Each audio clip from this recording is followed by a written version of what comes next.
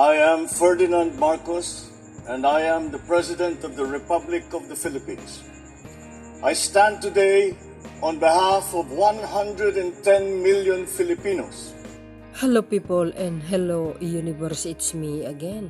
Shout out sa inyo mga kababayan. Well, nakikita ko, syempre, ang Pangulo nasa Vietnam, di ba? Alam niyo po yan. Nakipag-meet siya sa mga Filipino community. Inuuna niya talaga yan, ano? Yan si Secretary DTI ng Fred Pascual. Pero alam niyo, sabi ng mga DDS, travel naman ang Pangulong Marcos daw, travel, di ba? Alam niyo, sa totoo lang, ang Pangulong Marcos, nagta-travel yan pero malaki ang kapalit ng travel niya. Bakit? In the past, guys, itong mga nakaraan taon grabe yung investment na nakuha niya. Trilyones actually. Sa totoo lang, hindi pledge yan. Kumbaga, gumagana na. Na-implement na dito sa Pilipinas. Ang pinakamalaking investment, guys, yung Germany. Hindi, totoo yun. Real talk po tayo. Kahit mag-research kayo, hanapin nyo kung magkano, ilang trilyon ang nag-invest sa Pilipinas. Yan ang hindi alam ng mga DDS at ang mga dilaws nakakampingot. Kasi dada sila na dada. Wala silang guys Wala kasi hindi kasi sila mahilig mag-research. Basta kung ano yung nakuha nilang marites sa Quiapo, yun po ang iisiwalat nila sa social media. Parang si maluka-luka. Di ba? Puro fake news ang hinahatid niya. Ayan. Paggaling sa paggaling sa kick off rally kahapon, sa dami-dami ng tao. Oy guys, sabi nila yung kick off rally ni Pangulong Marcos Jr. Ano daw yun? Bayaran, required lang ng government, sabi ng mga DDS. Alam niyo, sa totoo lang, hindi lang talaga nila matanggap na hindi sila ganun karami kahapon. Kasi yung prayer rally nila, hindi naman talaga prayer rally yun, guys. Bakit? 100% hindi sila pakikinggan ng Panginoon. Bakit? Kasi prayer rally niya, mga toxic ang mga bunganga, ang sasama ng mga bunganga nila, di ba? Hindi papakinggan ng Panginoon yun. Kung papakinggan man ng Panginoon, yun ay ang kapalit nun, ibabagsak sila sa susunod na eleksyon. Kasi ang papangit ng mga pag-uugali. Di ba? Puro paninira sa Pangulo yung prayer rally nila. Di ba? Napanood nyo na yan Tingnan nyo kung paano nila binalahura ang Pangulong Marcos Jr. Si Speaker at saka si First Lady Lisa Marcos. Nako, tingnan mo kung paano nila binastos ang Pangulo. Ito si Pangulong Marcos Jr., kahit binastos ng binastos, binabalahura, wala pa din, guys, hindi pa rin rumisba. Nakangiti pa din. Ganun kabait ang Pangulo. Bakit? Sa kabila ng lahat ng paninira, kanina, guys, yung departure speech niya, ay umaten ito si Sara Duterte. Naku, naloka ako. Di ba, nagulat ako. Bakit? Sa kabila ng paninira ng kanyang ama at mga kapatid na pinag-resign pa ang Pangulo, mga bes, may gana pa nagpakita doon sa departure speech. Nako, tapos mayroon state. Di ba, nandoon siya. Nagkatabi sila ni First Lady pero waimik, mga bes. Tapos, ganito yun, mayroon ako ikikwento. Mamaya ipakita ko sa inyo. Nung pagkatapos ng speech ni Pangulong Marcos Jr., umalis na sila, akit na sila sa airplane. Nandoon na si Bibi Sara sa guys, sa may paanan ng hagdanan. Ay, nako guys, alam niyo kung ano nangyari? Nako, hindi siya pinansin ng First Lady. Dead ma, mga bes. Sa isip-isip ko naman, kahit ako siguro, siniraan ng ama ko, ng ama ni Sara Duterte, na wala naman sapat na katotohanan. Tapos siniraan si Pangulong Marcos Jr. Tapos makikiplastikan ka pa. Di ba? Natural, gagawin ko yun. Ba't ko pa siya papansinin? Ano ang ebidensya? Anong katunayan sa mga akusa ng mga Duterte laban sa sa mahal na Pangulo at saka sa kanya? Meron nyo, guys, dead ma, mga bes. Hindi marites yan, totoo yan. Mamaya pakita ko sa inyo, So yan, guys, nandyan ang mahal na Pangulo Alam po natin na kanyang sadya, invitation po yan ng Pangulo ng Vietnam, dahil alam natin marami pong mga Filipino workers, OFW nandyan, at isa din ang Vietnam na pag-angkatan natin ng bigas. Alam nyo guys, dati-rati ang Pilipinas, tayo po nag-i-export, ngayon tayo nag-i-import. Kasi kapabayaan ng mga past administration. Wala kasi silang suporta sa mga magsasaka. Kaya yan, buti pa ito si Pangulong Marcos Jr. laging nakatuon mga kababayan, nakasuporta sa agricultural sector. Sabi nga ng Pangulo dyan, para daw siyang hanggang ngayon daw nagkakampanya. Uy, hindi kayo naloka. Kasi nga BBM, sabi ng mga OFW guys. Talagang dyan yung makikita, malakas talaga si Pangulong Marcos Jr. kahit saan. Alam nyo, mga OFW, Marcos talagang binuto sa totoo lang. Ay oo, malakas talaga si Pangulong Marcos Jr. At lalo na kahapon guys, sa bilang 400,000 ang pumunta sa kick-off rally. Naku, biro nyo yun. Di kayo naloka. Sino bang hindi maiinggit doon? Maiinggit talaga yung mga DDS shit. Talaga. Sabi nga nila, hindi daw kusa yung pagpunta nila doon. Biro nyo, daming palusot nila, no? Daming alibay.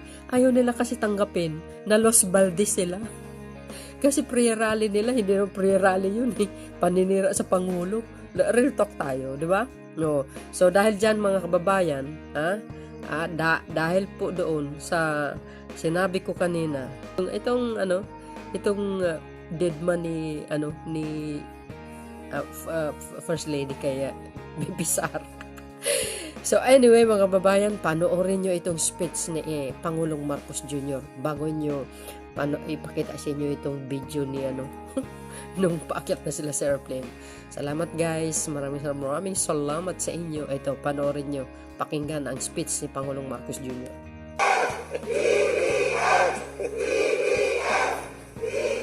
Narinig nyo yun guys? Hanggang ngayon tapos yung kampanya dito sa please sit down. Nabatiin ko rin ang ating mga kasama sa delegasyon ganyan sa Kalakas, Pilipinas, mga kababayan. dito sa bisita na ito. Yung mga inggit, ipikit nyo na lang. Andito po ang Agricultural Secretary na si Kiko Laurel na siyang pumalit sa akin sa Department of Agriculture at napakahalaga ang kanyang trabaho ngayon dahil ay marami tayong pinag-uusapan na sa Vietnam dahil nga sa agrikultura. At tayo ay pinapaganda natin ang sistema ng agrikultura ngayon sa Pilipinas, kaya siyang namamahala dyan sa ating mga ginagawa. The Trade and Industry Secretary, Secretary Fred Pascual.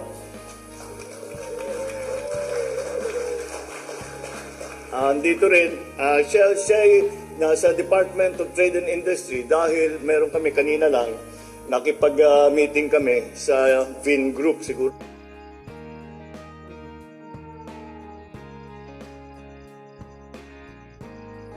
Lala nyo kung sino yung Vin Group. Yung iba sa inyo nandun sa Vin Group. Dahil sila na gustong pumasok nila sa Pilipinas,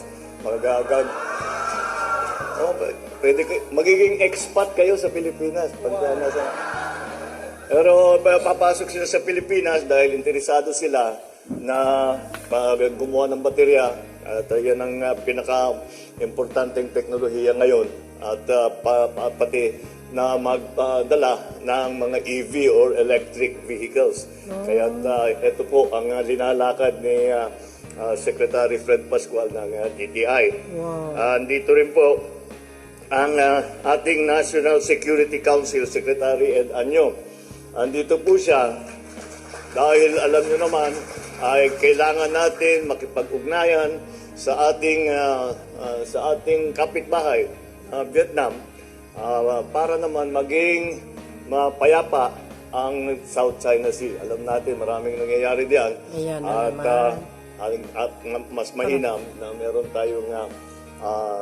tayong usapan para hindi naman magkagulo, para maiwasan natin ang misunderstanding, yan, si Pangulong Marcos Jr. pinagtanggol ng Western Philippine Sea. madaling lumaki yan. Kaya nandito siya, kasama natin para ay ating kausapin ang ating mga counterpart dito sa Vietnam para magkaroon tayo ng mas matibay at mas malawak na pagkakaisa. Also here, kasama po natin is the Special Assistant to the President, Secretary Anton Lagdameo. Baka mas kilala niyo siya bilang Mr. Don Zulueta. Nung kumakampanya pa siya, iniisip niya, nung sa balota, papalitan na nga niya yung pangalan niya. Imbis na Anton Lagdameo, gagawin niya Mr. Don Zulueta. Hindi pumayag si Don. ang ating ambassador to the Socialist Republic of Vietnam, Menardo Montelegre. Ito siguro interesado kayo dito dahil ito ngayon ang officer in charge ng Department of Migrant Workers, ang officer in charge sa USEC, Hansled Kakdak. Nandito po siya. And kung di nyo po nabalitaan, ang Department of Migrant Workers ang bago na departamento na itinayo dahil sa dami ng kailangan gawin at tulungan sa ating mga OFW sa inyo. At magiging mas matibay, mas maraming tulong, mas mabilis ang pag-uugnay. Kaya naman, ito'y napaka-importante at naging napakalaking bahagi na talaga ng buhay ng Pilipinas ay ang mga OFW. Ang National Commission for Culture and the Arts Chairman Victorino Manalo, nandito siya yung the Philippine Coast Guard Commandant Admiral Ronnie Gaban. Siya po ay nandito kasama po ni Secretary Ed Año dahil nga yung mga Coast Guard ng Vietnam at saka ng Pilipinas ipapatibayin natin ang kanilang pag-uugnay. Nandito rin ang ating BIR Commissioner, Commissioner June Lumagi. Lagi kong sinasabi pag sumasama siya dito sa mga pamimigay ko yung number mo para pagka may problema yung mga kamag-anak nila, diretso kang tatawagan. Nandito rin, nataon lang. At nandito kasama natin ang aking isang tiga-norte, ang ating Governor of Isabela, Rodito Albano.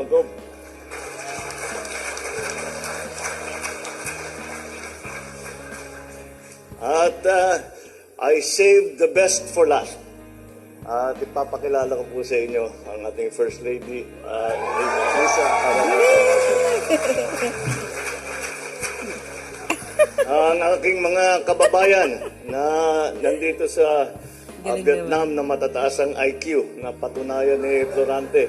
Di lang mataas ang IQ, ay ang gagaling pa ng kumanta. Na-insecure na si Florante, baka may kompetensya na siya. Magandang gabi po sa inyo lahat. Maraming salamat po sa inyong pagdalo na ngayong gabi na ito. Alam ko na marami sa inyo, malayo pa ang pinanggalingan at lumiban pa sa inyong mga trabaho upang makasama natin sa araw na ito. Wow. Lubos ang aking pasasalamat sa inyong malugod na pagsalubong at pagsuporta sa atin.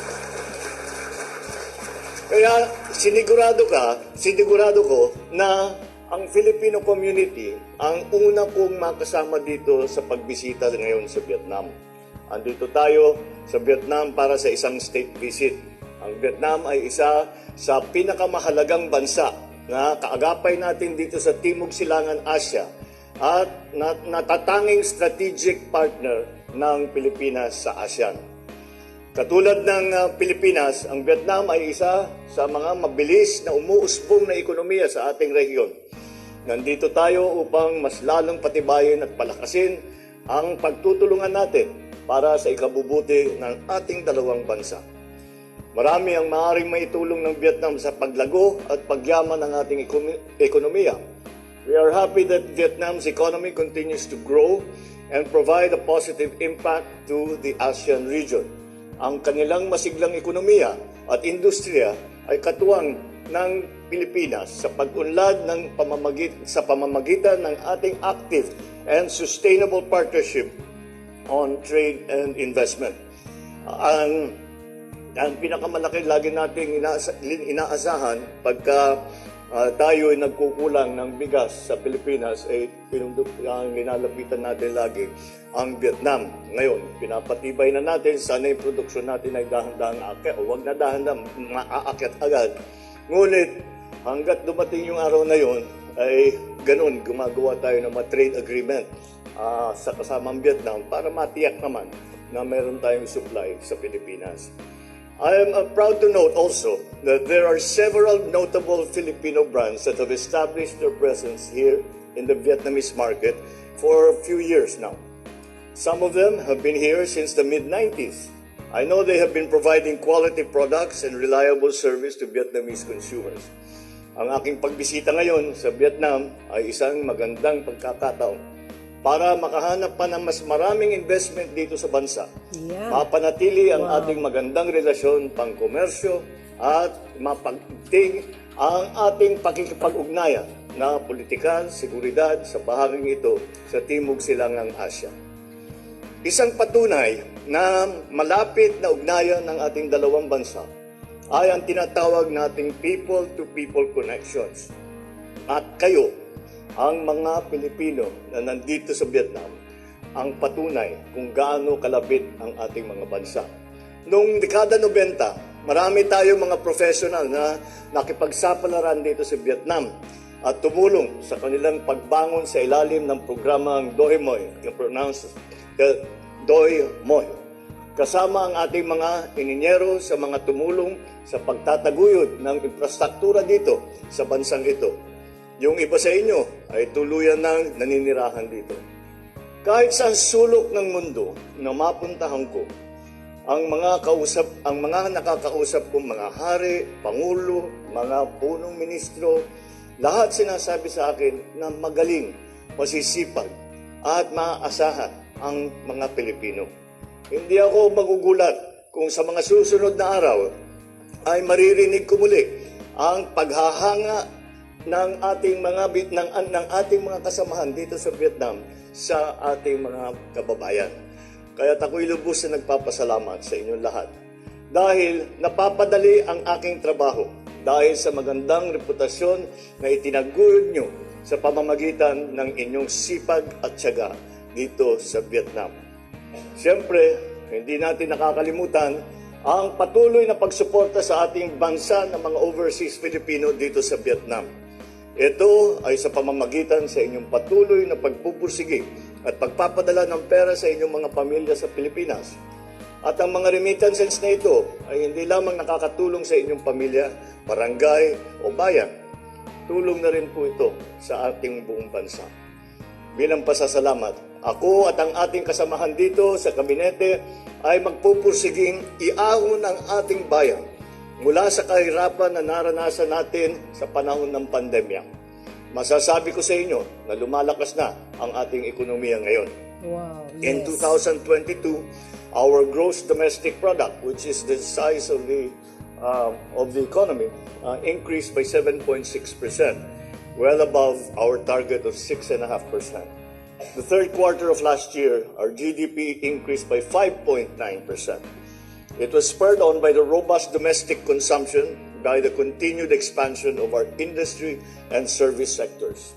Your government will continue to strive for a better future for every Filipino. We know of your sacrifices and the hardships that you have been through. We are one with you in achieving your aspirations for a better future for your children, your loved ones, your communities, and your country. Batid natin na sa araw-araw na paggising natin, iisa ang ating pangarap para sa ating mga mahal sa buhay at para sa ating bayang sinilangan. Ang mabuhay ng may dangal, may kapayapaan at may kasaganaan. Kaparte ko sa inyong mga pagsisikap at dama ko ang inyong malasakit sa ating kapwa Pilipino. Nakikipag-alyansa tayo sa mga bansa gaya ng Vietnam upang maabot natin ang mga pangarap na ito sa pamamagitan ng mahusay na pakikipag-ugnayan sa larangan ng seguridad, kalakalan at ekonomiya. Magtiwala kayo na patuloy na sumusuporta sa ating pamahalaan sapagkat ang pangarap ninyo ay pangarap ko rin. Wow. Kaya maraming salamat sa inyong sakripisyo na nagpapasikat sa ating bansa. Hindi lamang sa pamamagitan ng mga remittance na naging napakalaking bahagi na ng ating ekonomiya, kung hindi sa inyong pagpaganda ng reputasyon at ng pangalan ng Pilipinas sa buong mundo. Na sikat na tayo at kinikilala na maaasahan, na hindi na kailangan masyadong pagsabihan at alam na ang ginagawa. Doon nga sa ibang lugar ang biro sa Pilipino, yan yung mga Pinoy, the king and queen of overtime. Dahil lahat ng overtime kinukuha ng mga Pinoy. Dahil diyan ay gumanda talaga ang reputasyon natin. Hindi lang bilang mababait na tao, hindi lamang dahil magagaling kumanta at sumayaw, kung hindi magaling na magtrabaho at tapat sa kanilang ginagawa, sa kanyang ginagawa. Ngunit hindi kinakalimutan ang bayang sinilangan, hindi kinakalimutan ang Pilipinas. Maraming salamat sa inyo at sama-sama tayo sa pagsulong ng Pilipinas. Mabuhay ang lahing Pilipino, mabuhay kayong lahat. So yun mga kababayan, narinig nyo? Yan tatak Pinoy, the king and queen of overtime. Naks naman. Likhang masipag ang mga Pinoy sa totoo lang. Yung mga tamad lang. Alam nyo kung sino yung mga tamad? Yung mga nagre-reklamo. Yung mga nagre-reklamo na mataas ang bilihin, pero hindi nila naintindihan globally ang sitwasyon, ang mahal ng bilihin. Di ba? Sila po 'yon, mga tamad po 'yan. Yung mga nagrereklamo, lalo na yung mga anti-Marcos, agoy. So guys, no? Panoorin nyo ito, yung kanina yung sinabi ko, 'di ba? Na pag-akyat ni First Lady, inisnab niya si Sara Duterte. Panoorin nyo ito, guys, ha?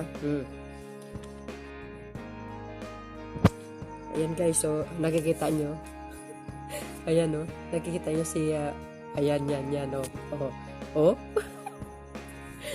Ayan, mga bes, ha? Oh.